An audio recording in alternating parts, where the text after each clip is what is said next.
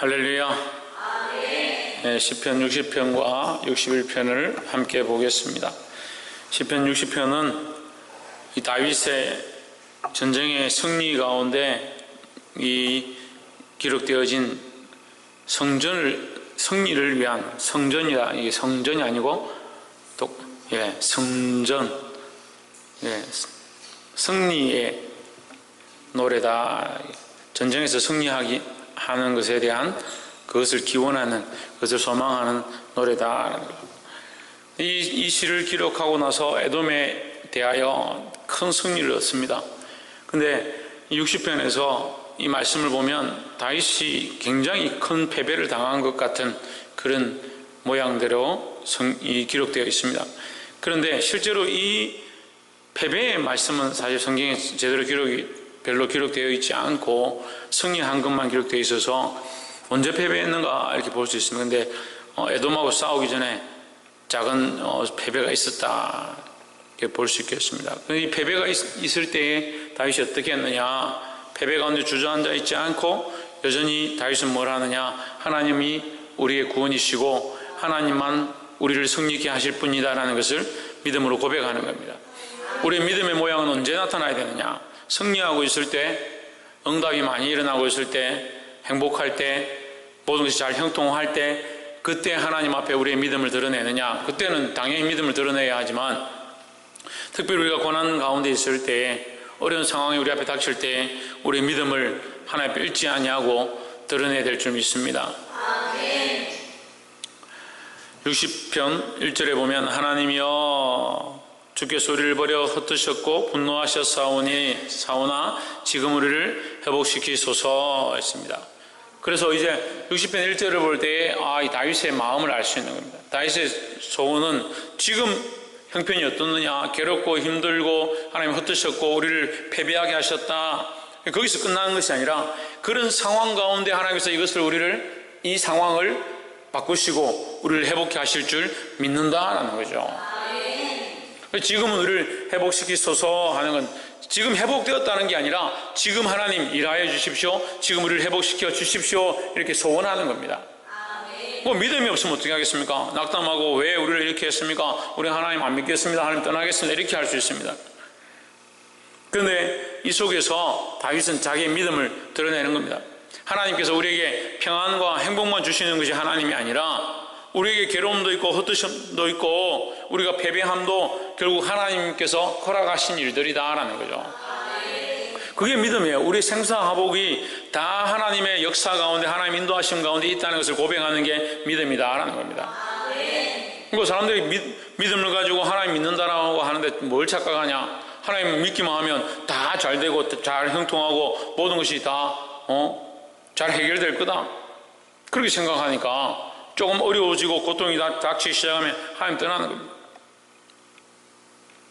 그렇지 않다는 게 우리 생사화복이 하나님의 주권 아래에 있다는 겁니다. 그래서 하나님의 주권 아래에 있다는 이 사실을 고백하고 어려워도 고난이 닥쳐도 패배하고 실패하고 넘어져도 이것이 하나님의 은혜고 이것을 통해서 또한 하나님께서 회복케 하실 것들을 믿는 믿음으로 사시기를 주의 이름으로 축복합니다.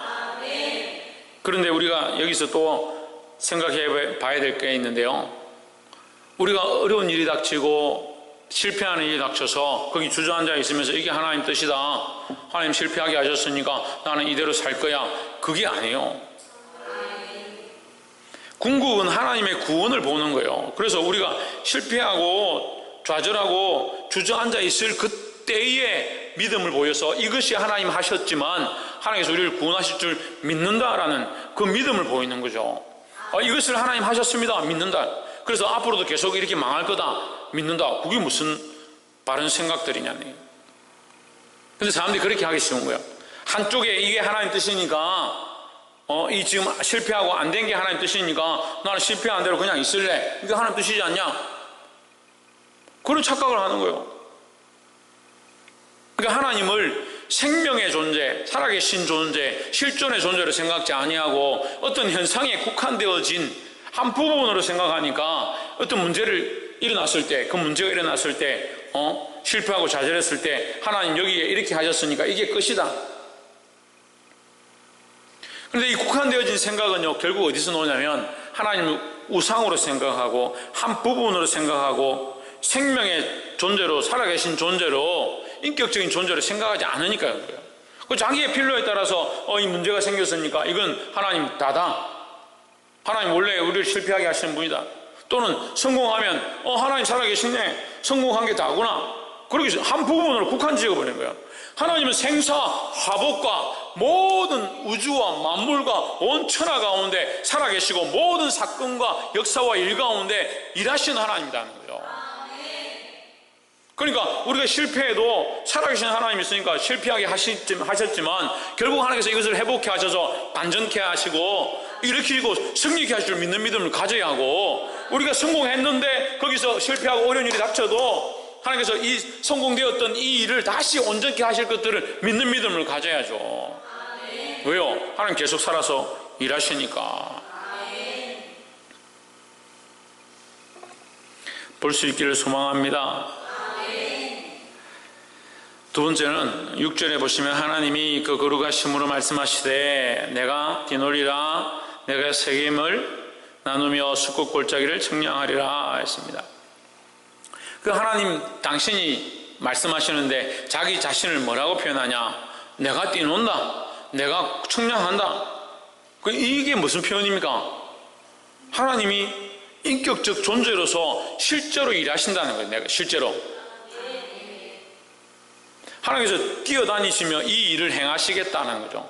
하나님의 어떤 육체의 모양으로 우리처럼 달리는 사람으로 와서 뛰어다닌다는 의미가 아니라 하나님께서 여기서도 저기서도 어느 곳에서도 내가 잠잠하지 아니하고 내가 날마다 일하고 있고 날마다 역사하고 있다는 것을 표현하는 거예요.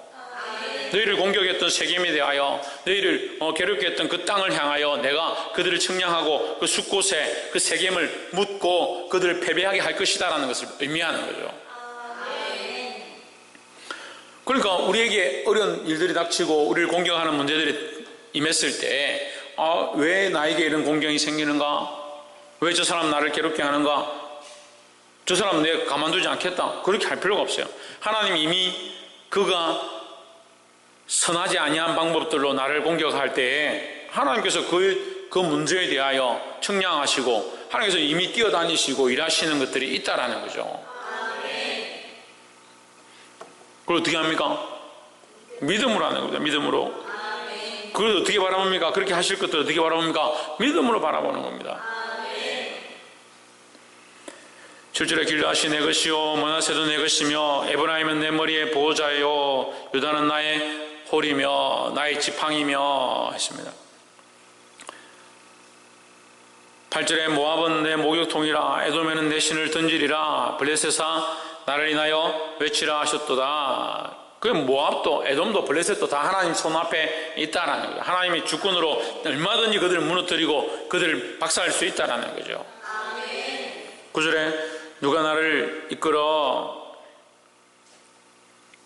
견고한 성에 들이며 누가 나를 에돔에 인도할꼬. 10절에 하나님이여 주께서 우리를 버리지 아니하셨나이까? 하나님이여 주께서 우리 군대와 함께 나아가지 아니하시나이다. 자, 9절을 다시 한번 보세요.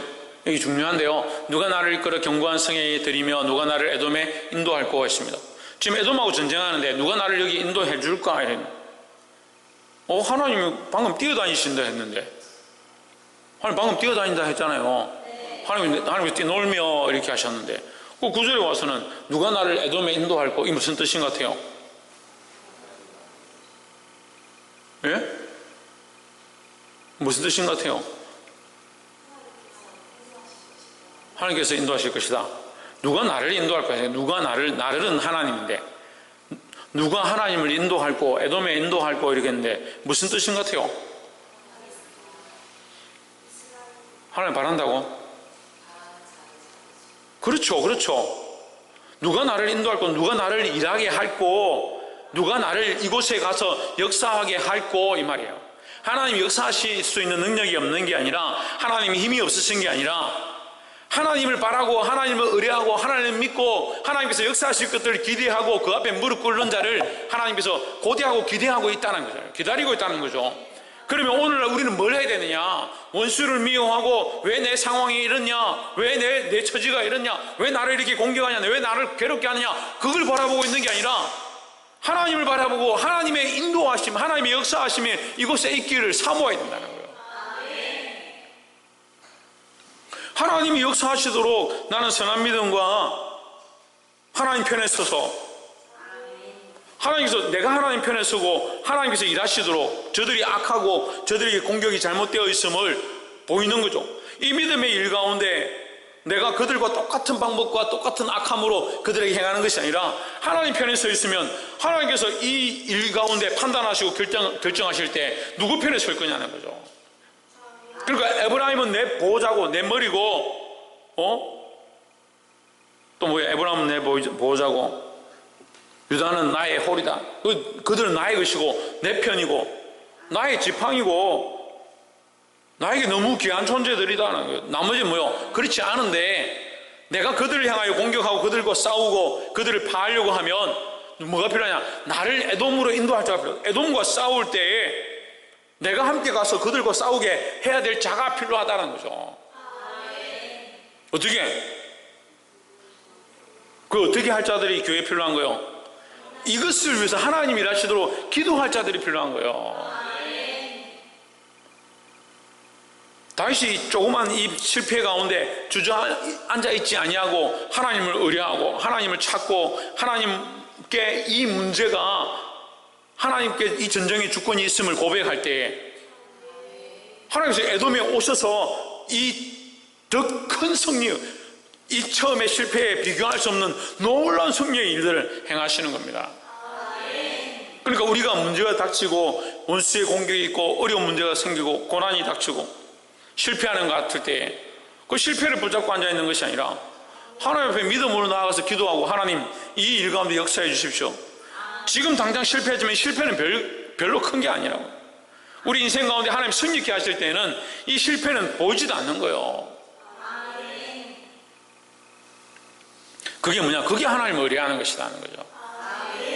10절에 하나님이여 주께서 우리를 버리지 아니하셨나이까? 하나님의 주께서 우리 군대와 함께 나아가지 아니하시나이다.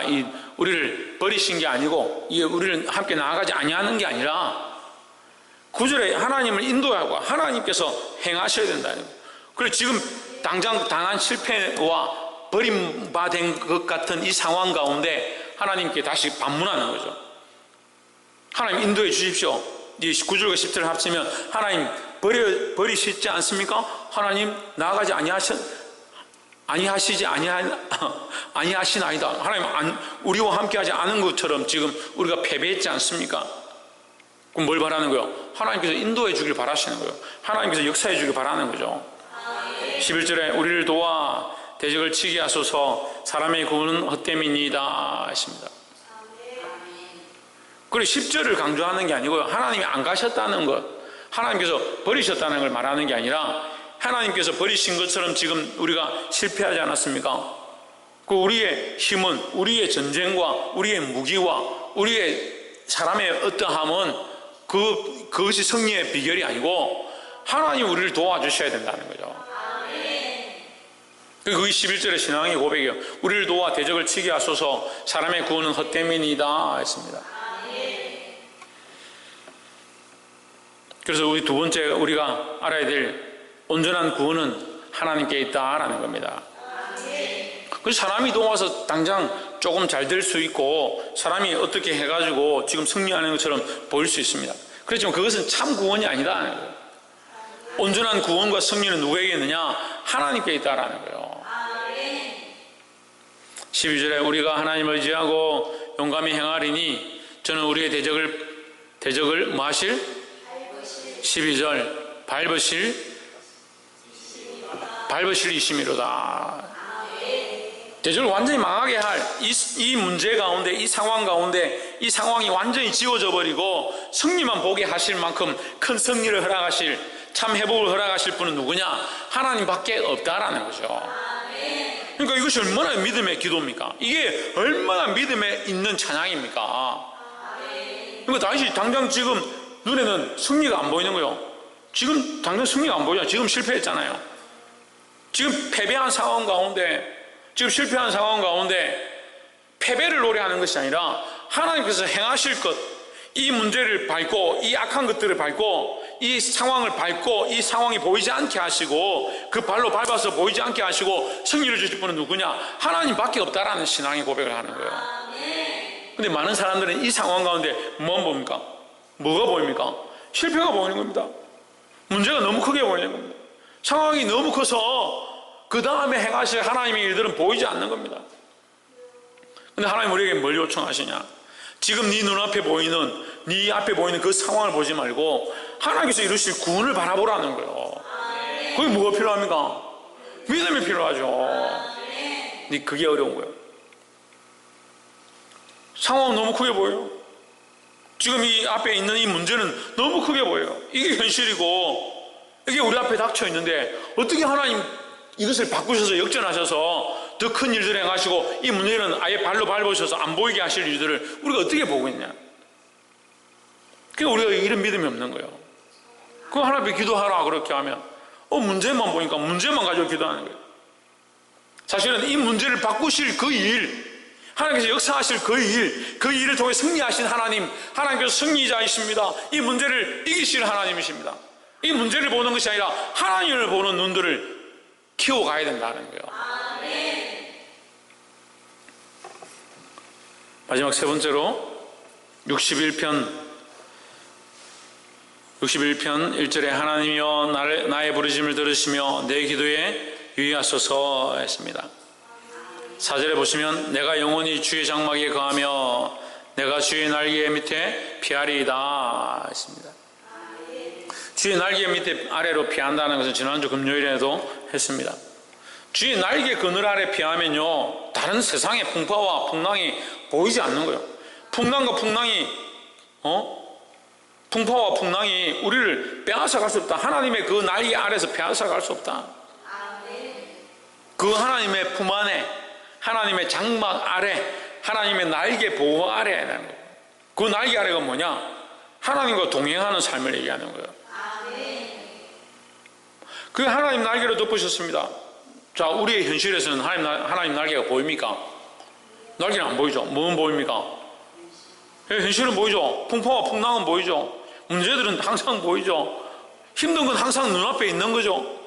그 보이는 거는 현실이고, 그런데 우리는 어디에? 하나님의 날개 보호 아래, 날개 아래 피해야 된다. 이게 어려운 거예요. 날개는 안 보이고요. 풍랑과 풍파는 보이는 거예요. 저도 그래요. 날개는 안 보이고요. 자꾸 풍랑과 풍파는 보이는 거예요. 고난은 자꾸 보이는 거예요. 이번 주는 어떻게 그리 세트로 시리즈로 줄줄이 서가지고 참 평소에 믿던 사람이 저를 공격하고 평소에 잘 안 믿었던 사람도 저를 공격하고 환경과 여건도 지금 저를 공격하고 상황들도 지금 참 안 좋은 상황 가운데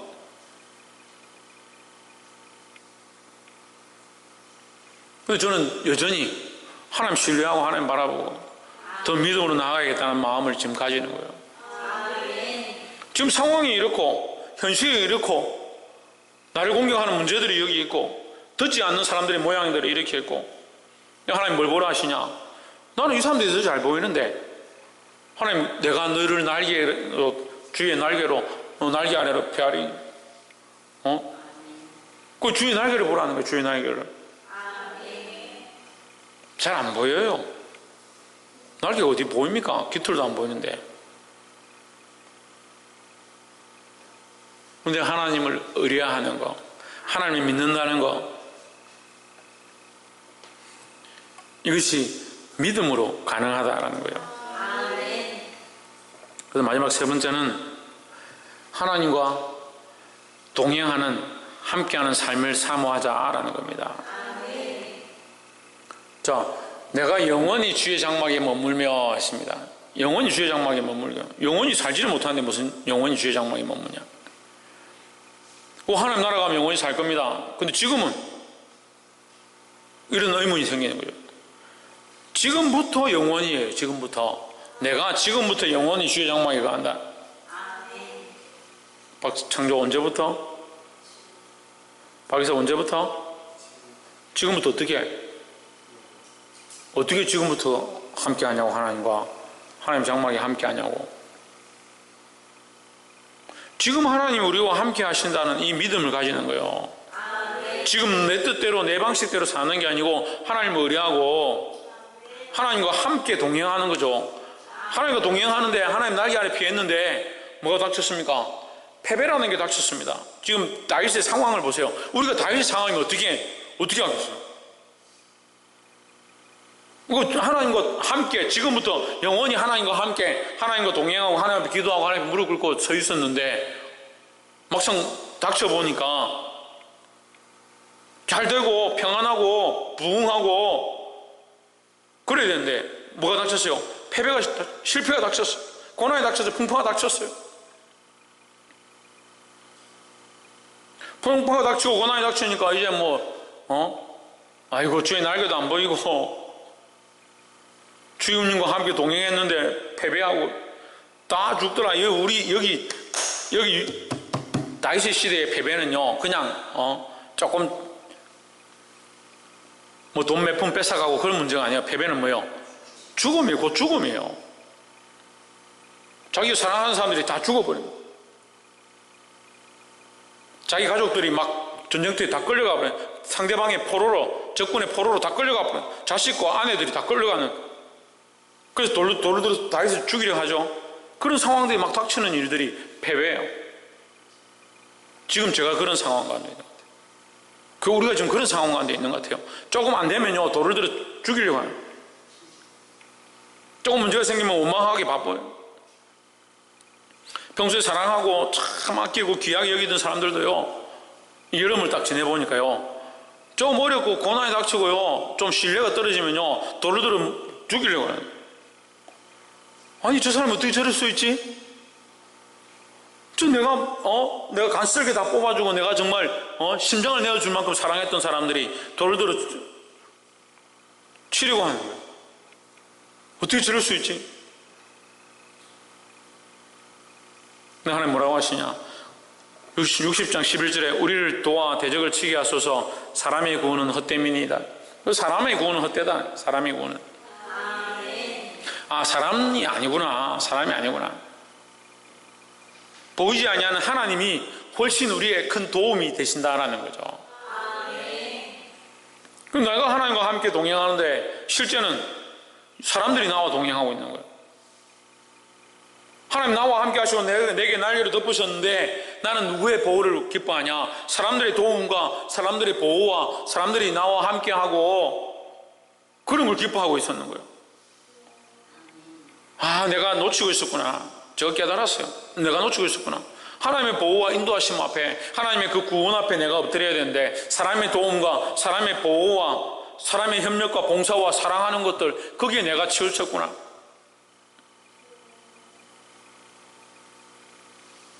지금 우리가 이것을 회복하기를 소망합니다. 하나님의 그 날개의 그늘 아래 들어가서 고난과 풍파가 풍랑이 닥친다 하더라도 그것을 바라보지 말고 그 어렵고 힘든 상황 가운데도 여전히 하나님 우리와 함께 하시다는 사실을 믿고 승리하게 되기를 주의 이름으로 축복합니다. 기도하겠습니다.